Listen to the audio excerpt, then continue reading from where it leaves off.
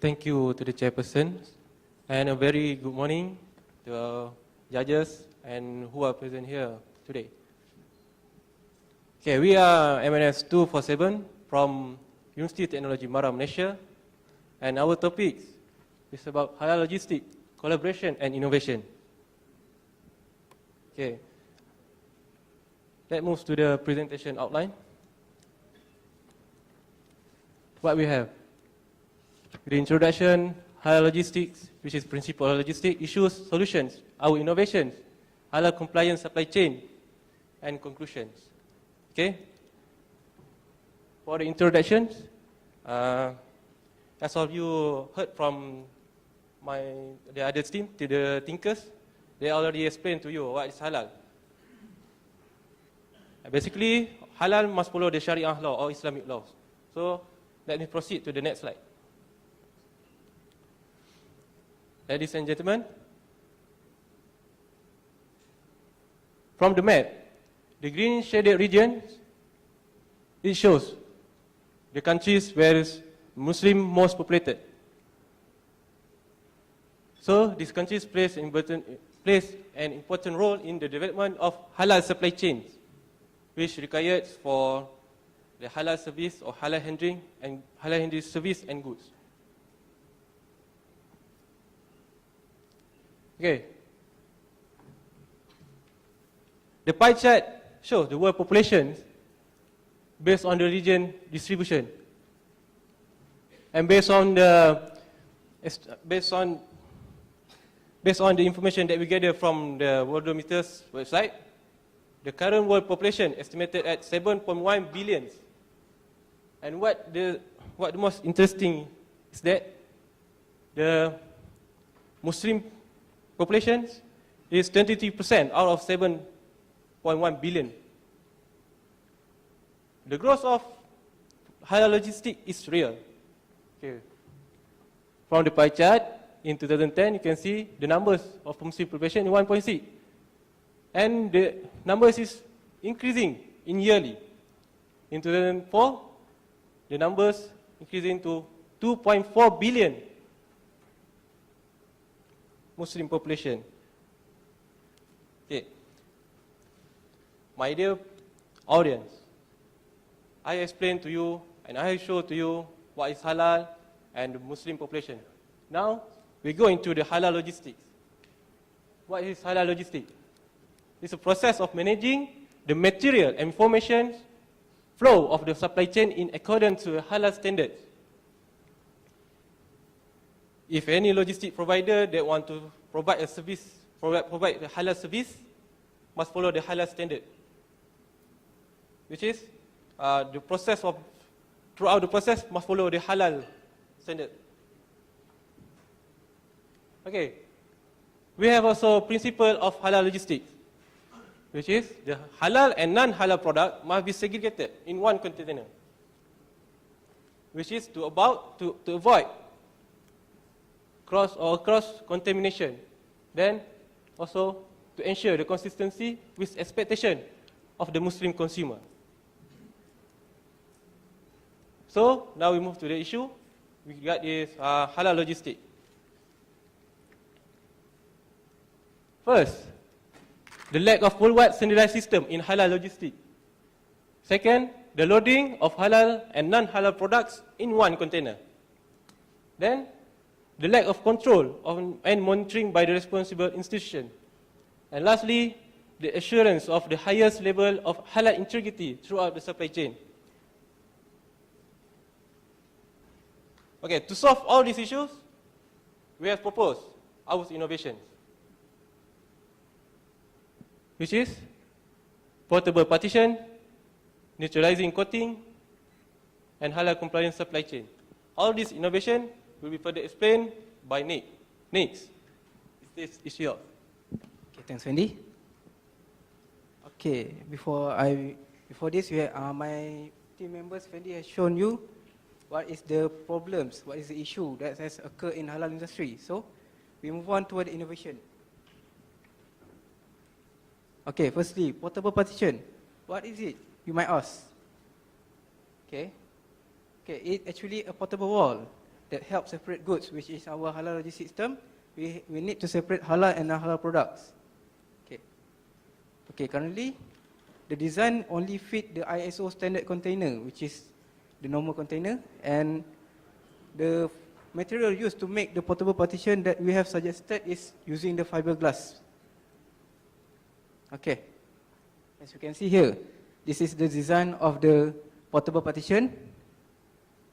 As you can see, it is 6 feet versus 6 feet size, which as you already know, the normal container size is 8.5 feet versus 8.5 feet.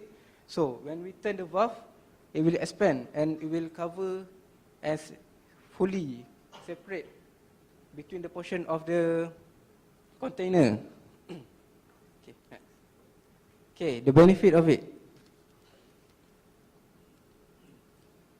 Okay, firstly, since it's used fiberglass, it is light and easy to use. Okay, next. Allow carriage of halal and non-halal products in one container. Strong and durable due to material use. And flexibilities. When you use the partition, you can put anything, any portion of container one, whether it is 1/8 of the container, quarter of it, or half of it. Okay, we move on to the next innovation. This is the end coating or neutralizer coating. What is it, you might ask again? Okay, it is a process of blowing a plastic coating using a blower in order to cover the interior surface of the container to avoid the need of cleaning after process of transferring goods. Okay, the material used is polyvinyl acetate, which is the rubbery synthetic polymer. Okay, as you all know, it is as an alternative ways to protect the cleanliness of the container.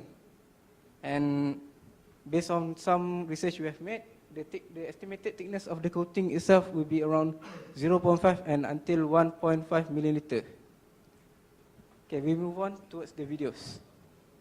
Okay, as you can see here, the process of blowing the bubble and the simulation of the system itself.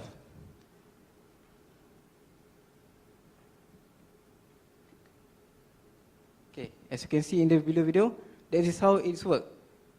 You need to blow and you need to have a retractable blower in order for it to be able to cover and without the bubble being teared up.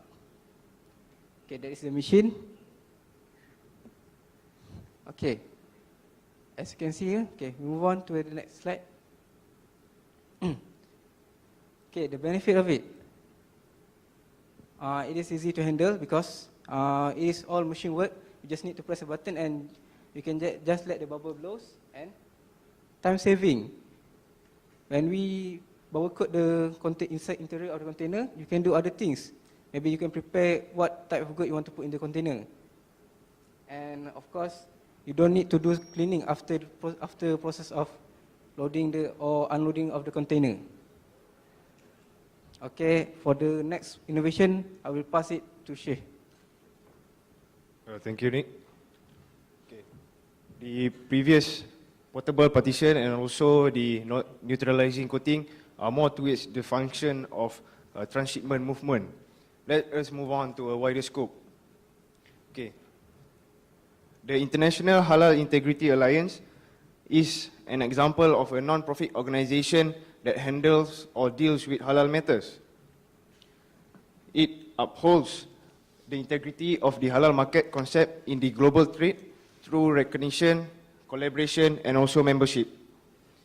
Their mission is to propagate the benefits of halal and elevate it as the standard of choice by all consumers regarding any religion. It is, and also according to the International Halal Integrity Alliance, the halal industry is a big and fast-growing market. It is an outcome from the World Halal Forum, where most of its members are from the OIC or any Muslim countries. And also they have taken or published any views or issues through various mediums such as the Halal Journal. Okay.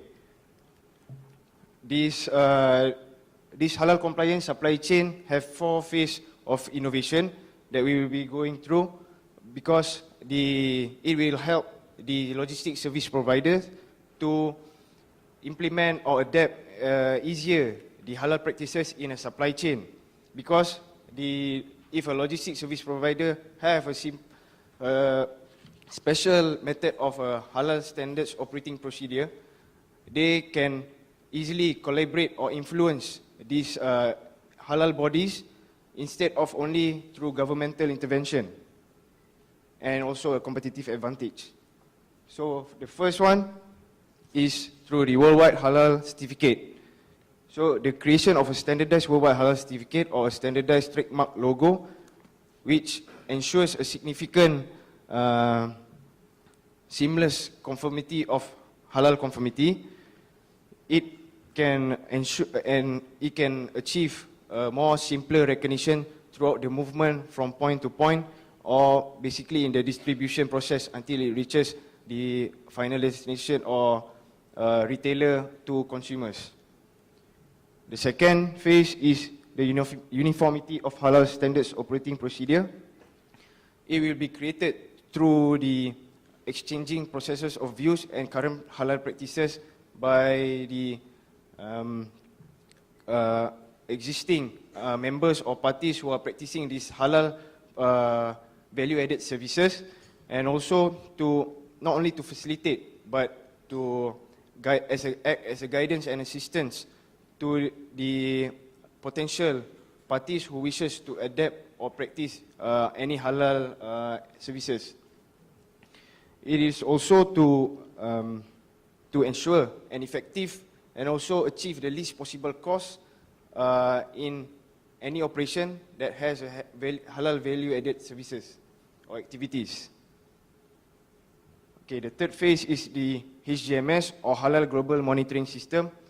It is basically only the use of a CCTV, but it will only be in place in certain halal process stages. For example, in a halal hub warehouse, or if the portable partition and samak processes, or also the neutralizing coating being practiced, then the CCTVs will monitor through a particular halal assurance center, where corrective measures will be taken up upon where certain halal standards are not performed accordingly.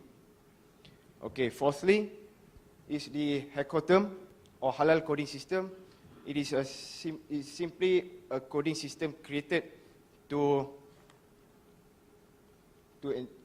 it is a coding system that is being created to eliminate the complex processes of halal data management. So once the coding is being scanned through by any devices, it will show or enable the identification of the halal endorsed authorization or the tracing product movement from point to point, or the halal process stages it has gone through. So it eliminates maybe complex documentation. So global product, global perspectives. Now we realize that the halal industry is a very big and a fast-growing market and industry. So the knowledge among the Muslims nowadays has also increased significantly, where we are consumers, or Muslim are the consumers who are very concerned towards halal compliance product. These innovations that we have proposed will be able to support the halal supply chain, and it is mainly to achieve an integration of halal operating procedures. Logistics service providers and also halal bodies should engage and collaborate more in discussing their views, or discussing what are the ways for them to help the industry in making a perfect for satisfying the perfect market. Because government, if only it is being intervened by the government, then we can understand it is a limited or restricted idea.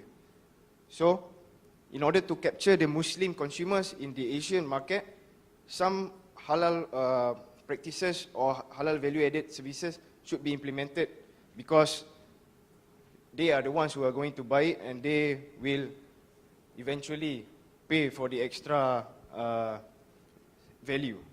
So I guess that's what we have to offer, and thank you very much for your time.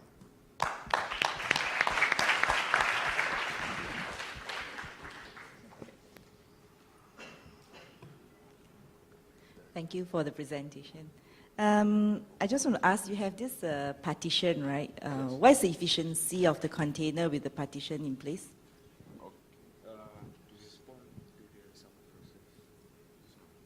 Okay. Sorry, Miss, I beg your pardon. Okay, you have the partition, right? Okay. So when you put in the partition, how much space is lost if you actually put in, to maximize the container, right? Then with the partition in place, how much is lost, efficiency is lost? What I have estimated, the size of the partition, the width of it should be around 2 feet, because if it's so much, it will also, like you said, will reduce the space of it. 2 feet will be enough in order to actually seal the container. So that means effectively there's 10% loss in space? 20 normal container for like 20 footer. 20 footer. So it's about 10. 20. Yes, Yeah. 10%. Okay. Well done, good presentation. The bubble, Coating. tell us about the what's that's going to cost for the bubble process, the N. I think you called it the N coating, right? Yes. Okay. For the cost, since this subject is still in a further research subject, what I can say that is will cost, maybe the machine will cost you higher than the bubble itself, and we don't have what we call a correct or direct amount of it to actually tell you the cost. Okay. Very interesting, very interesting. I think maybe English is not your first language, so you struggle a bit. We appreciate your effort in delivering this in English. I think a lot of us take for granted that everyone should speak English, but I think you did a fabulous job in delivering it in English, so good job for that. I think the idea that you bring forward for the first two ideas was good, the partition. However, I think the question to the industry would then be, what is the loss, right, in container utilization when you introduce such a method, and how much would it cost, because partitions are quite a bit of money. And when it goes into the other destination, who is going to reuse it, and how are you going to bring it back to a centralized position? That's one. Second is, we don't see it's all very nice qualitative ideas behind it. You got to show in presentation financials behind ideas. Although I know the industry right now is moving towards trying to get halal segregation, etc., which is good. You showed that there's a lot of growth there. But I think at the end of the day, it all boils down, because we are talking about business, it all boils down to dollar and cents. You got to show somewhere along your chart a financial page to say, these are the benefit, these are the costs again, and then what do we do, all right? And then is the consumer, is the industry ready for this? And if it is, then I think this is a very good proposition, okay? But overall, good job, thanks. Thank you, sir. And if I just may add on one point to what Roland just mentioned, you insist a lot on following halal principle and the law. What I miss in your presentation is whether the partition and the coating would be halal certified, means recognized as a good method to ensure that there is this partitioning. So I think you might want to investigate on that. I will answer that question, because our innovations are based on halal perspectives, but it can be applied. It is not restricted only to provide a Muslim or halal compliance services. But once we put a partition, we can achieve a full container load. And also, the end neutralizing coating probably can replace as an alternative to the sum up process. So without doing the sum up process, we use the neutralizing coating at the first place. Then we can avoid from any contamination towards the surface in order to provide a halal compliant service. So basically, although it's not for halal purposes, but it can still be used towards the coal industry sector or meeting process, just to protect the inner surface of a container. So, thank you very much. Thank you, sir. Thank you.